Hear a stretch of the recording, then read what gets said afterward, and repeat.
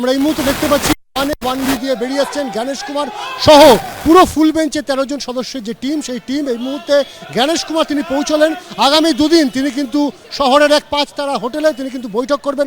আগামীকাল শুরু হবে সেই বৈঠক একেবারে রাজনৈতিক দলগুলোর সঙ্গে, এবং আমরা দেখতে পাচ্ছি যে রাজ্যের সমস্ত শীর্ষ আধিকারিক তারা কিন্তু এই মুহূর্তে উপস্থিত রয়েছেন। ডিজি থেকে শুরু করে হোম সেক্রেটারি, চিফ সেক্রেটারি প্রত্যেকে উপস্থিত একেবারে জ্ঞানেশ কুমার এবং তার পুরো ফুল বেঞ্চকে স্বাগত জানানোর জন্য। এবং এই মুহূর্তে আমরা দেখতে পাচ্ছি যে কড়া নিরাপত্তা ব্যবস্থা করা হয়েছে গোটা এয়ারপোর্ট জুড়ে।